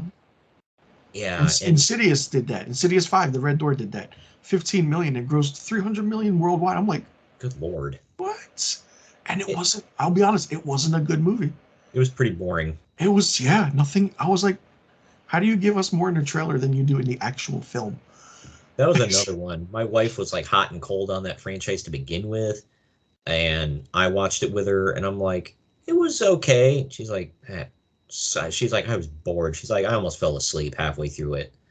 Some of the films, definitely. Like if you go back and I didn't mind seeing the family again from the first two, which is great. And then we close out their story. But it's like, all right, how many more can you do? And now they're making a sixth one evidently because this one made so much money. Yeah, it's insane. Well, did you see the spoilers for anybody who hasn't watched it? Skip ahead like a minute. Did you see like the part where the dead psychic medium lady, whatever? Oh, she comes back, yeah. And like that part, it felt like, because there's like a long pause between when she speaks and then they pan around or whatever, and it felt to me like on a sitcom where Fonzie walks in and they stop for a minute to cheer. The show, yeah. I feel like they thought that was going to be a big cheer break in the theater. Yeah. And I'm like, people are probably like, oh, it's her. Yeah. And that was it. That was it, yeah. And it's just like, oh, okay. You Yeah. know, Like, I kind of figured you were going to pop up, lady. Like, yeah. If it's with the Lambert family in the Cities movies, she's going to show up. right. Yeah. Yeah. But it wasn't a good, it wasn't good. But No. I respect that it made its money, you know? I was super excited for the new Exorcist, and that one disappointed me. Man, I was so hyped for that. I went in with so much high expectations. I sat through that. I was like, this is it? This is what happened? I feel like it hit me like somebody watched the first movie or read the book or something and then completely missed the point. Yeah, and knowing it's a direct sequel 50 years later, I'm like, yeah. What are you... It kind of worked with Halloween 2018. Maybe. Yeah. That was fine, but then you did Halloween Kills and Ends, which was just another topic. Like abysmal. Exactly. And it's like, all right. But then Blumhouse paid like $400 million for the rights to The Exorcist. And it's like, you have 2 more films now. What are you going to do? What are you going to do? Well, they completely missed the freaking point. And again, it's like, I hate to make this sound like I'm bagging on like modern messaging and being one of those guys, but like, I feel like they tried to squeeze a lot of that in, and it's like, that's really undercutting the whole premise of what The Exorcist was. Right. And and the mom from the first movies in it, spoilers, like, yeah, I feel like they made her unlikable because she's like, well, they wouldn't let me in the priest wouldn't let me in the room during the exorcism because of their damn patriarchy. Yeah, I'm like, I was like, they explain in the movie why you can't be in the room. And didn't those 2 priests sacrifice their lives to help you and your daughter? Yeah. Like, how about some appreciation, lady? Yeah. And then they just went off and just like made her blind. I'm like, oh, okay. Horrible writing. Horrible. And then, spoiler alert, Linda Blair shows up at the end. I'm like, okay. And then they go right into the next movie. I'm like, I love the practical effects though. Those were great. Yeah. The makeup was fine. I mean, the girl who played the new character looked like Linda Blair in the original. I'm like, this is great. But then it just, nothing was scary. It didn't work. They started with a good premise, and from what I saw in the trailer, the effects were good and all that, and then it just like, Yeah. Because that's another thing. Like, the book was written by a devout Catholic, and that was like a lot of it revolved around that. Mm-hmm. Like, that's why the priest came in to do the exorcism or whatever. And this movie was just like, oh, forget all that and let's all hold hands in kumbaya with, it's like the end of the movie to me came down to that coexist bumper sticker. Right. And I'm like, did you watch the movie? Like, I don't get it. Like, I don't know. And I'm not Catholic, so like that didn't like offend me, but I thought it was dumb. Yeah, it was. Yeah, it was a wasted opportunity for a good franchise, and it's like, we don't need legacy sequels anymore. No. You know? And I watched The Nun 2 with my wife, going in knowing it was going to be bad, and I was not disappointed. I actually enjoyed that a lot. That was fun. She was in her own movie more so than she was in the first one. Yeah. It's like, oh. I thought it was fun. But my thing is, like, I love the Conjuring movies. I know people didn't. I don't think people like the third one too much. I did. Oh, right. But I did like this again, against some popular opinion. I hate all the spinoffs. I don't like the Annabelle movies. I don't like the La Llorona movie. Oh yeah, I think they just made that and then we're like, let's add a footage in there where it's connected to right. Like what? Yeah. It wasn't part of any of the advertisement, and you literally had to watch the movie to know. You're like, oh, this somehow ties into Annabelle. Like, what? Yeah, we'll just throw the priest in there. It's like, oh, okay. So, yeah. And then the beginning of The Conjuring 3 was the scene in La Llorona with the bridge and everything, and people are like, "How is that connected?" It's like, well, there you go. They just shot it just to connect it, you know. Yeah, and the third Annabelle movie was nothing but sequel bait and Oh spin-off yeah, bait, of and none of course. it's going to pay off because they keep having diminishing returns for their movies. So they're They'll reboot that, and you know, yeah, I mean, we'll see yeah, what they do with the last Conjuring movie, yeah, supposedly. yeah. Supposedly they're wrapping it up because I think Yeah. Josh, I think his name is Josh, the main guy. I think he said he's kind of done with it, which I don't blame Oh, him. yeah. I mean, hopefully he can do something. I mean, he's got that. He's got Aquaman, but what else can you do? Yeah, I think well Aquaman's about to be buried here in a little bit, so. Yeah. Uh, as far as I don't want to go through all these categories because there's a lot that nobody Yeah. gives a damn about. The last one I just want to touch on I guess the nominees they haven't officially announced them. They're all predictions at this point, but the predicted nominees for Director of the Year, they've got Greta Gerwig, who did Barbie, Jonathan Glazer, who did The Zone of Interest, which I've never heard of, uh, Christopher Nolan, Oppenheimer, Alexander Payne did The Holdovers, and Martin Scorsese with Killers of the Flower Moon. Mm. Out of those, if those are the nominees, who do you think would get the nod? Well, Greta Gerwig's a surefire for a nomination. She's going to get it. She'll be in there. Nolan, Scorsese, maybe the director for Poor Things. Yeah, I would take out Alexander Payne for The Holdovers and put in the director for Poor Things. But I would like to see Nolan win it, and he should have been an Oscar winner by now for The Dark Knight, which he didn't. But I feel like I want to say the Academy is going to give Scorsese his last Oscar. It might be him. It could I be either feel way. You know, if Scorsese wins Best Director, Oppenheimer will win Best Picture. But if Nolan wins Best Director, I think Killers of the Flower Moon will win Best Picture. It's been a while since two films had Director Picture in a long time. Oh, actually, no. I think last year did with Everything Everywhere All at Once. Oh yeah. Yeah. I haven't seen that movie yet, but I don't know. Like I've heard it's really good from a lot of people, but I've also heard from a lot of people it's like it was good, but man, they overhyped the crap out of that movie. Yeah, yeah. But it's creative. If you're talking like creative art standpoint or filmmaking, it's good. It's a fun movie. Yeah. So it really worked. But I think I want to see Nolan get his first Oscar. I really do.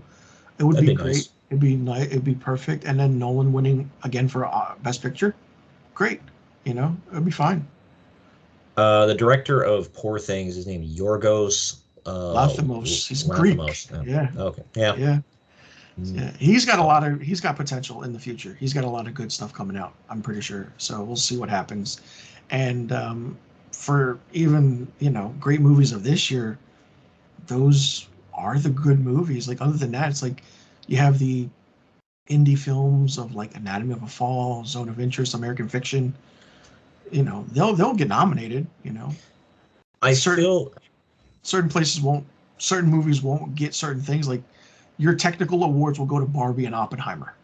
yeah. That's and Killers of the Flower Moon. You know, I will say I feel like it hasn't been like the weakest year. Excuse me. It hasn't been the weakest year in cinema that I no, can think of, but I don't feel like it wasn't like hit after hit after hit. right? Like the box office has really been slumping in quite a few areas this year. Mm-hmm. But then obviously, you know, people always are like, well, what about Barbie and Oppenheimer? Like, yeah, you have little bumps here and there, or big Yeah, bumps, I should say. Like that was a massive time for theaters. But you've also had a lot of slumps. And then people can blame it on like the actors strike there for a while. I'm like, right. I don't know if there was anybody that was like, oh, I don't want to go see this movie because so and so hasn't been talking about it on the late night shows, you know? Yeah, So I don't think that holds any water. And like somebody said that about Ballad of Songbirds and Snakes when it came out. They were like, well, the actors weren't out promoting it, whatever. I'm like, So you mean to tell me if one of the most unlikable women on earth, Rachel Zegler, was out running her hole on the late night shows that people had been like, now I got to watch this. Like, what? Yeah. I thought Brie Larson was unlikable, but she seems to be like trying to, she hasn't been like saying anything horrible in a long time. Like, I think she kind of learned her lesson and she's like, all right, maybe I should be nicer in public, you know? Plus, I think Marvel was like, let's backtrack what you're going to say. And, you know, if you want to keep your job, you know? Yeah. And you can tell like she's kind of over it at this point. Oh, yeah. But man, like first you get the Rachel Zegler stuff of her coming out and trashing everyone and everything and just being just all around unlikable and unrelatable. And then when people call her out on it, and then she's like, oh, I'm such a victim. Like, no, lady, like we're calling you out on being horrible. Yeah. Like, I don't get, like, that's what you signed up for when you start talking, like in public. Like true. People are allowed to comment on it, but she just wants plaudits. And I even said when I made a video right after Thanksgiving weekend about the horrible opening for that Hunger Games, and I talked about her, and I was like, admittedly, I will watch it because I love the Hunger Games, but I'm not going to go pay to see this. Yeah, it's just I probably going to watch it here in a little bit, actually. So because I found that I don't remember where I saw it to watch it, but yeah, I'm going to watch it here before long. But I don't know. And I like the cast in it. I thought the cast looked good. The costuming looked good. There's that one guy who's in damn it, it's all those art films I can't think of now. Who did Fantastic Mr. Fox? I think Wes Anderson. Yeah. He's in every single Wes Anderson movie, and I can't tell you his name. Oh, Jason Schwartzman. Yes. Yeah. Yep, he's in it. Viola Davis, Peter Dinklage. Yeah.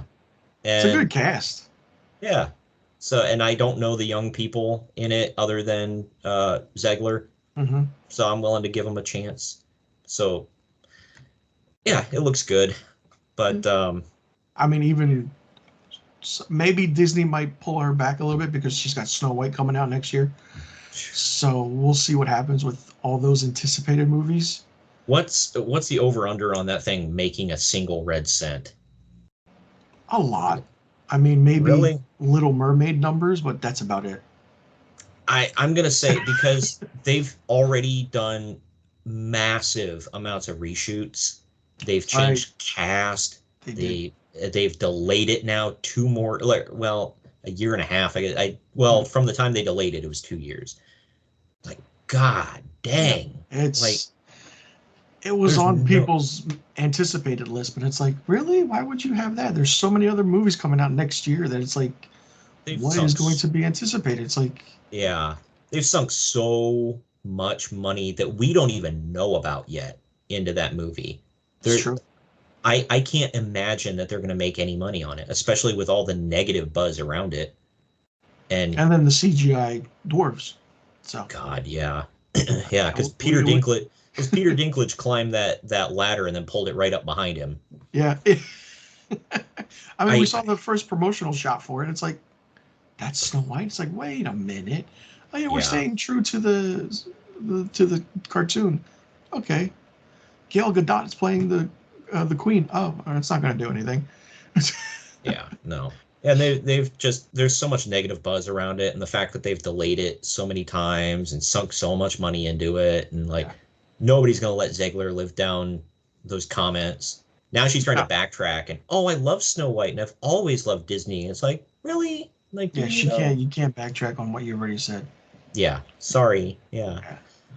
But yeah, just one more movie. Have you I think I saw it that you said you saw Wonka? No, I didn't see it, no. Oh, no, okay. No. Yeah. No. That's my last anticipated movie of the year besides Rebel Moon, but that's streaming. I want to see Wonka. I know it's got some negative crap surrounding it. It made its money. It made 150 plus million. I'm like, wow. That's another. I know it's a prequel that like nobody asked for, but I think it looks fun. I don't have a problem with Timothée Chalamet like a lot of people do. Right, yeah. I don't mind him in Dune, but he has to show me more of what he can do. Right. Yeah. It's like, all right. Even with Dune, it's like that was my anticipated movie of this year, and then that got pushed back, and I'm like, oh, I know. WB, the movie's finished. Just release it. We don't have our actors to promote it. It doesn't matter. Just who cares? You missed out on the Oscars potential. You could have won like 5 Oscars in the technical categories. You missed out, and now they have to wait till March, and then see if they're actually going to get nominated for the following year. It's like, it's for me, my most anticipated last movie that I saw was Godzilla -1. Oh yeah, I saw you really liked that. Oh, fantastic! If you're a Godzilla fan, so good. And then next month, in January of 2024, Japan's releasing a black and white version of that. And it's like, wow, okay. So they're running with the Godzilla thing over there, which is fine. Here you have the MonsterVerse, and it's like, well, all right, you're giving us Godzilla Kong. The trailer looked great, but why are you so upset about Godzilla and Kong running? Yeah. Godzilla doesn't run. And why is that a problem? Godzilla used to slide on his tail and double drop kick people. I remember that. Yeah, he did. So who cares, man? Like, is that your biggest problem that he ran? He's not Michael Myers. Like, come on. Now, in the Rob Zombie Halloween movies, when Michael Myers ran, that pissed me off because I'm like, why? That's like totally against his character in every way, shape, and form. But with Godzilla, people even freaked out that Jason in the Friday the 13th 2000 version was running. Yeah, People were like, he's running. Oh my god! I was like, all right, that's cool. What made him human? It's not throughout the whole movie. It was like one scene, 1 or 2 scenes. I'm like, he ran like a short distance. Like, and with Godzilla, that's one of my anticipated for next year's Godzilla Kong, New Empire, just to see how the MonsterVerse goes forward. But I think for me, the number one anticipated is, because I'm a fan of it, is Nosferatu. Oh yeah, that's next year. And Ari, I'm fingers crossed. I'm hoping that's good. I want to see the makeup. I want to see what it's going to happen. I mean, it comes out Christmas Day 2024, so right in the heart of award season, and that's going to get crazy nominations. Oh yeah, a remake of a silent German movie from ever ago, and I liked the silent version too. I actually watched that. It's scary. It's a scary film. It's just how it's portrayed and how the actual Max Schreck just got into that character. It's like, it's just weird. And knowing that Willem Dafoe played Max Schreck in the biofilm of that, and he's in this one, Nosferatu, I'm like, well, that's a coincidence. Yeah, and Bill Skarsgård's playing Nosferatu himself. I'm like, perfect casting. It is, and I'm like, okay. And then Nicholas Hoult and I think in Lily Rose Depp are in it. I'm like, just it's insane. I'm like, well, Willem Dafoe's going to get his second straight nomination for an Oscar this year, and then next year for Nosferatu probably. So he's Oscar bait. He is. He should be have like multiple by now. There's so many who should have multiple by now. I don't like his artsy movies, but I can see the appeal in them, like the Lighthouse and all that stuff. But I mean, whatever, they did well and people liked them. So not my cup of tea, but I respect it. It's very rare where he can play the Green Goblin 20 years later, but do it better. Yeah, right. It's like, that was fantastic. Oh, so good. He's one of my top favorites right now. Yeah.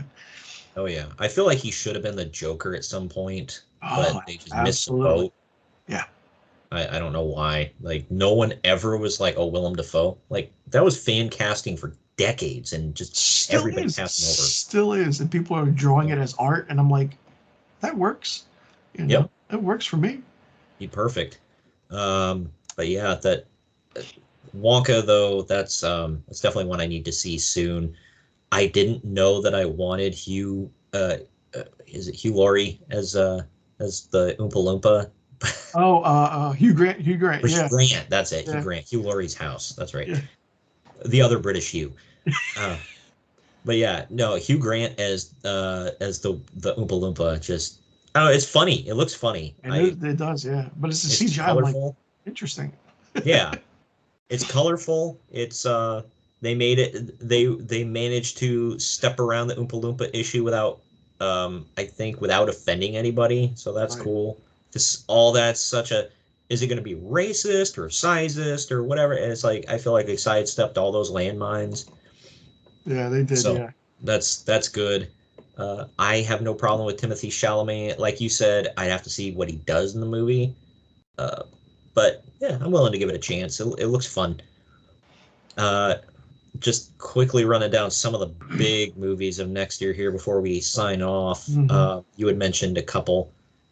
January, I see they're doing a remake of Mean Girls with a lot of the original cast. I'm like, nah, that's a musical, not for me. oh God, yeah.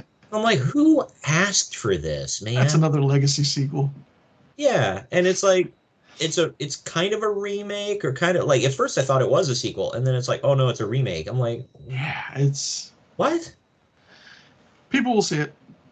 Yeah, but I'm like, who's the audience for this is my thing, because people my age that grew up with the original Mean Girls don't they're not going to give a. I mean, I guess some of them will care about it, but I don't know the new generation how many of them will care. Maybe True, I'm wrong. Yeah. I might be completely wrong here, missing the boat. Maybe there is an audience for it. I don't know. Argyle comes out in February. Yeah. It looks okay. I'll watch I'm curious. It's a great cast. It's got Henry Cavill and John Cena in it. I'll at least watch it. Yeah. Hey, John Cena's been doing good stuff, man. He's a good comedic actor. Oh yeah, I love him as Peacekeeper. Mm-hmm. Or that was good. Peacemaker. Sorry. That was a fun show. Oh yeah, loved it. My wife, when we got to the end of it, she was like, "Ah, that's the last one." I'm like, "Yeah."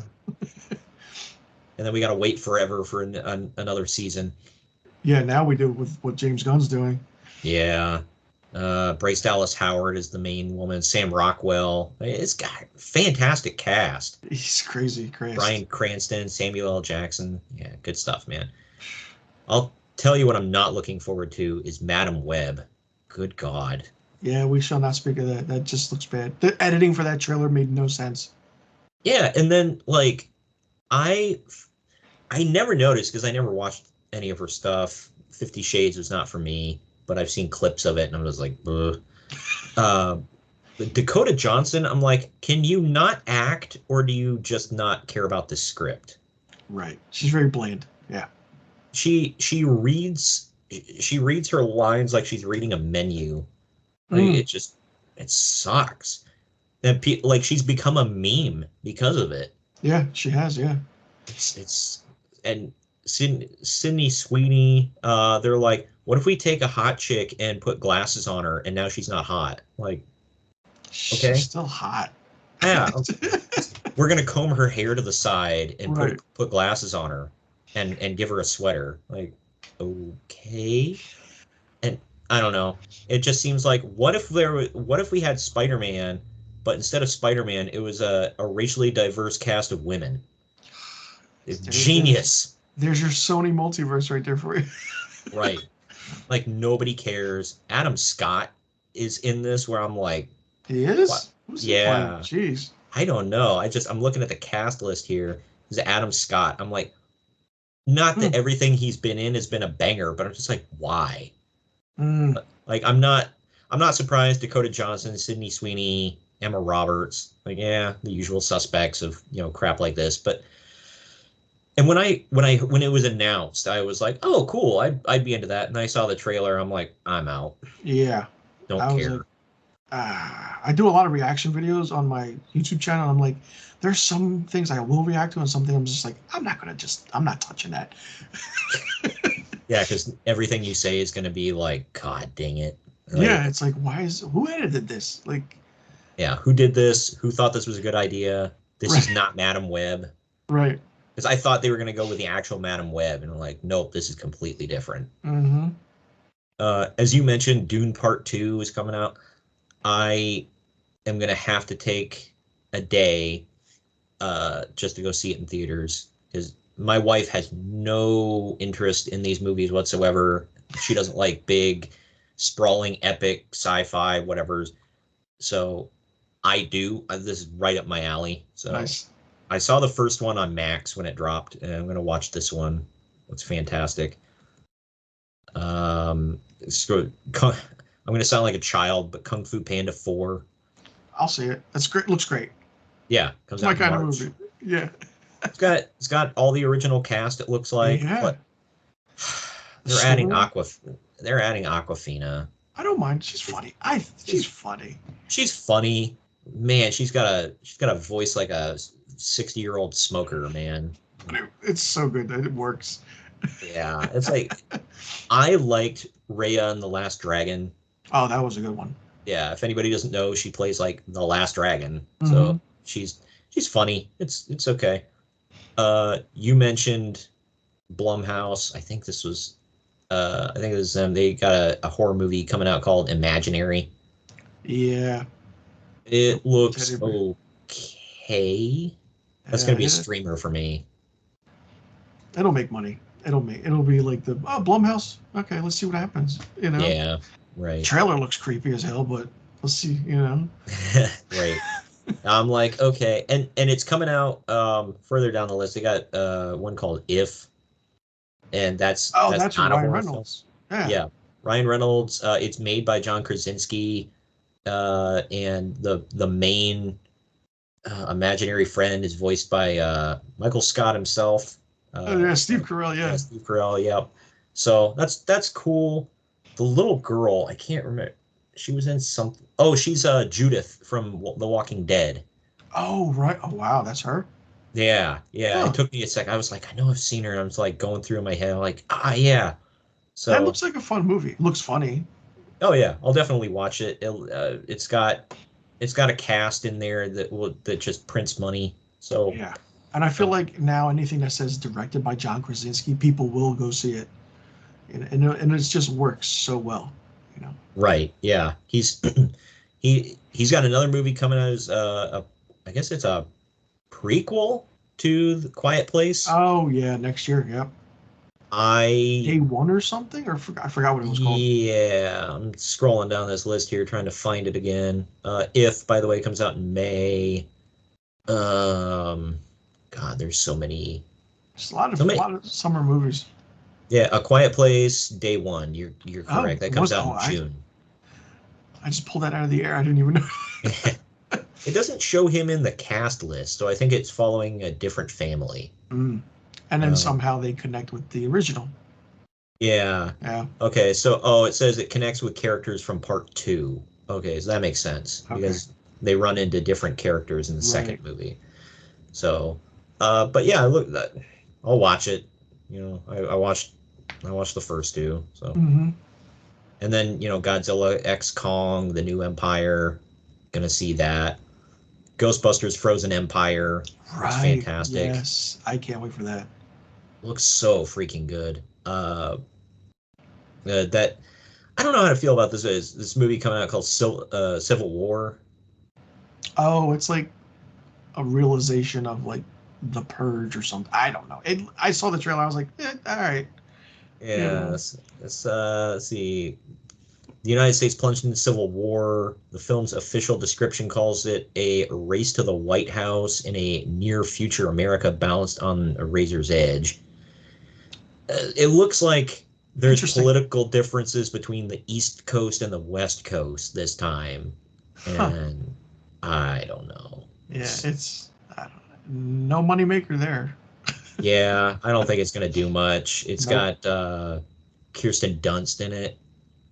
She's the only big name. Oh, Nick Offerman. Nick Offerman's in everything. Huh. He's in it. I wonder who he's playing. Yeah.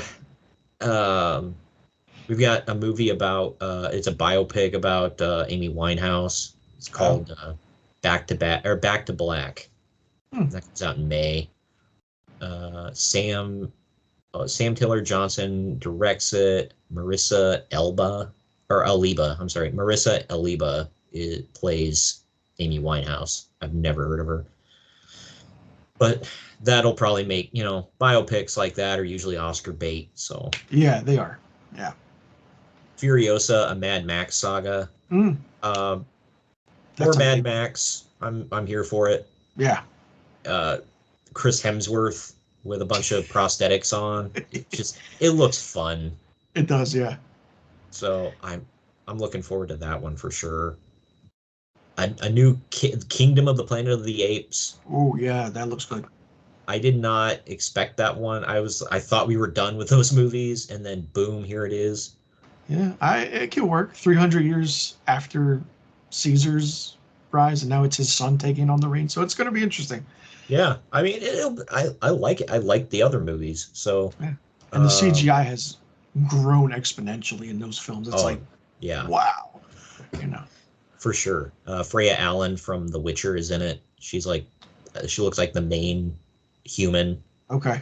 So, if anybody watched The Witcher, she was Ciri.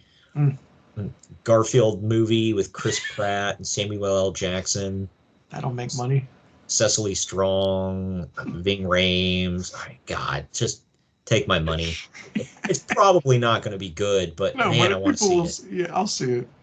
Yeah, all the people, oh my God, why do they keep hiring Chris Pratt? Because everything he does makes money. Yeah. Period. Yeah. The only people that don't like it are the ones that cry on Twitter all day. Mm-hmm. Like it's not real life, people. Sorry. Even if his movies are bad, they still make money. Like I did not like the first two Jurassic World movies were okay. I thought the third one was god awful. One is the best one. The first one is, we know for sure. The park is open, great. That ending, fantastic. Then they just baited it for money. That was it. That second one, I don't like when you retcon the past, and that's exactly what they did in the second movie. And yeah, they did. I hated it, but whatever. Inside Out 2, you want to talk about printing money? Wow, yeah. Yeah, that's gonna be huge. That'll be a hit. Hopefully. Yeah. Hopefully. Yeah. With as much as Disney's been bleeding money lately with all their movies, like that'll do well. Oh yeah. Supposedly, we're getting Bad Boys 4 in June, but we'll never know. We'll see. We'll see. Right. Yeah. Is Will Smith gonna keep his nose clean? Yeah. So we're getting Despicable Me 4 because of course we are. Mm-hmm. I haven't heard anything about that, but of course we are. If it's animated, I'll see it. Those are good now. Those are great films now. Yeah. I still have not seen the sequel to the Minions movie. I haven't seen it yet. Oh, okay. Twisters, which is going to be a sequel to Twister. That should be interesting. Yeah, I'll watch it. Same. It doesn't have anybody, it looks like, from the original. I think Helen Hunt's in it, right? She's not in it? She might be. They just don't have her listed here. Oh, okay. Probably like a surprise or something. Right. Obviously, I feel bad. The guy who, the main guy in it. Oh, Bill Paxton, yeah. Bill Paxton, yeah. He's passed away in real life. So, Deadpool 3, again, supposedly. Borderlands, I thought was going to be a show. Oh, no, I'm sorry. Not Borderlands. I'm thinking of the other one. So many post-apocalyptic things going on, but they're making a Borderlands movie. Oh. It's going to have Cate Blanchett, Kevin Hart, Jack Black, Jamie Lee Curtis. That's interesting. Yeah, that'll be interesting. An untitled Alien movie. Yeah, they're doing that one. Yeah, we'll see. The last two I'm not big into the Alien franchise, but the last two I thought were abysmal. People liked them for different reasons, at least the last one, but I don't know, not my thing. Kraven the Hunter. Yeah, I mean, they're completely changing the character, but I'll watch it. It looks fun. I like Aaron Taylor Johnson. Again, supposedly Beetlejuice 2. Yeah. Oh yeah. I forgot about that. Transformers 1, another Transformers movie. Oh, that one I think is animated, if I'm not mistaken. Yeah, returns to its roots. Yeah. Animated prequel. Yeah. It's the origins of the titular robot's homeworld of Cybertron. There you go. If it It's got works. Scarlett Johansson, Chris Hemsworth. There you go. Lawrence Fishburne. All right, then. Yeah, there you go. It'll make money. Every animated movie has to have Keegan-Michael Key. Yeah. Oh my God, an untitled Saw sequel. Are we not done with them? No, they just announced 11. Yeah. 10 made a lot of money, which was a good movie. 10 was good. It was really good. And then 11 is now, I'm like, all right, now what? They already have the release date, September of next year. I stopped watching after a few because I got over the horror porn of it all, or the gross out horror whatever. Like, oh, let's make you puke. Like, I'm good. Same thing with like they're gonna have Terrifier 3. I know why, because they're cheap to make and they make a lot of money. But effing gross, dude. Yeah, I only saw those once, and I'm like, that's enough for me. I've seen clips and pictures, and I'm like, I'm good. No, thank you. He literally, like, well, I don't that's all he does. That's all he does. He just does what he does. Yeah, it's gross out gore. And at the end of the first movie, what happens? I'm just like, how do you put that in a film? Like, I didn't think they could do that. Now, I'm not going to say it here on YouTube, but the Joker Folie à Deux, I don't know how I feel about it being a musical, but I'll give it a chance. I feel like it's going to jump the shark. It might. We'll see. Venom 3, okay, I'll watch it. Gladiator 2. I don't know how they're going to do that, but I don't know. It might work. So the story Scott. The story will revolve around a grown-up Lucius, played by Paul Mescal. Okay, I didn't watch the first one. My wife did, and she was like, I don't know how, like, where you can go from that, but I'll watch it. I got to watch the first one, obviously. Wicked Part 1. I'm not big into musicals, but I'll watch it. Did you hear about the Karate Kid? I did. I'm looking forward to that. They're combining the remake and the original. Yeah. The Mega Powers handshake. I'm like, I'm excited when they announced it. I was excited. I was like, is this real? I'm curious to see what the story is, though. I love those movies, and I love Cobra Kai right now, and so it's. I've never been big into it, but I see the appeal, and I will watch this. It looks fun, or it sounds fun, I should say. And I like the fact that they're bringing in Mr. Han, Jackie Chan, but they're not bringing in Jaden Smith. Like, they might. Like, who knows? Supposedly they've got a big casting call. They're still trying to find the next Karate Kid. Yeah, global, still going. I think they said they're starting to film in February to May next year, so to meet their release date. So we'll see. Freaking Ralph Macchio just got a hold of that role and held on with a death grip, man. Dude is 60 right now, 60 something. He's still killing it. Yeah. Damn, looks great. Yeah, I met him at one of those horror conventions or horror things. He looked. In person, the guy looks great.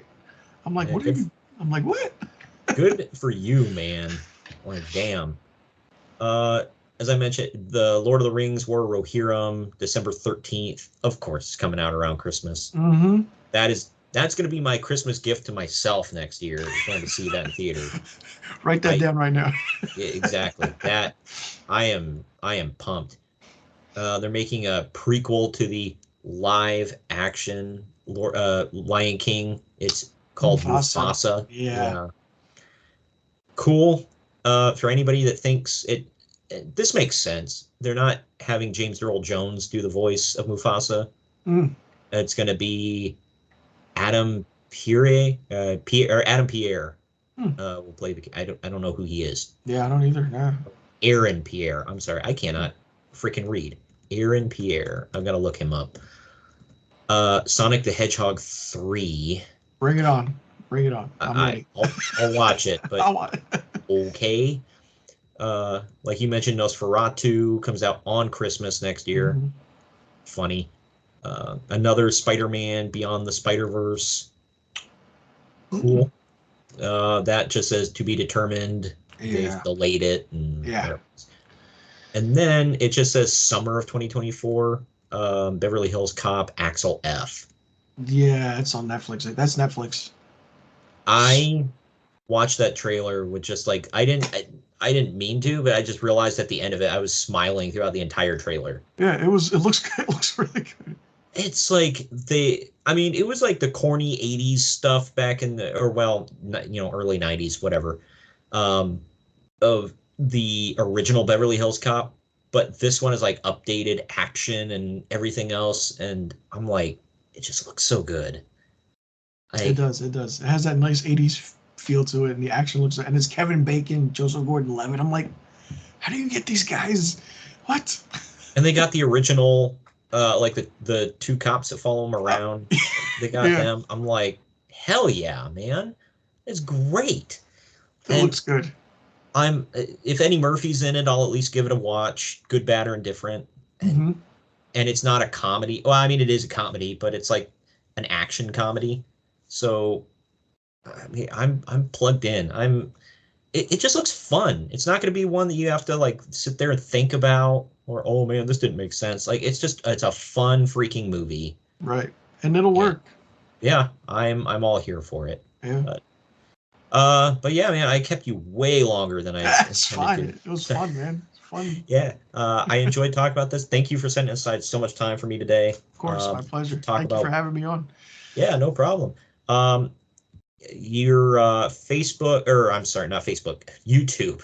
Your YouTube, for anybody that wants to check him out, is youtube.com/C/Marchio Productions. It's MARCHIO Productions. I'll link it in the description if you all want to go give him a follow on there. Anthony's also on Twitter, which I don't have pulled up right now. What's your handle on there? Or X, I should say. Mr. Filmstock. At Mr. Filmstock. All right. Well, there you go. Go follow him on there. He's an interesting follow, especially if you don't feel like going around and checking out the news on your own of all things entertainment. He's got you covered.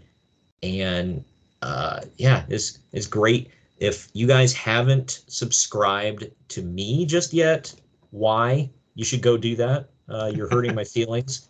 So please click the subscribe button down below and the little bell to be notified every time we post brand new content, and comment on the video. Like it and comment. We appreciate all of that. And Anthony, again, thank you for being here with me today, man. Thank you for having me. It's been fun. Yeah, for sure. And we will see you all next time.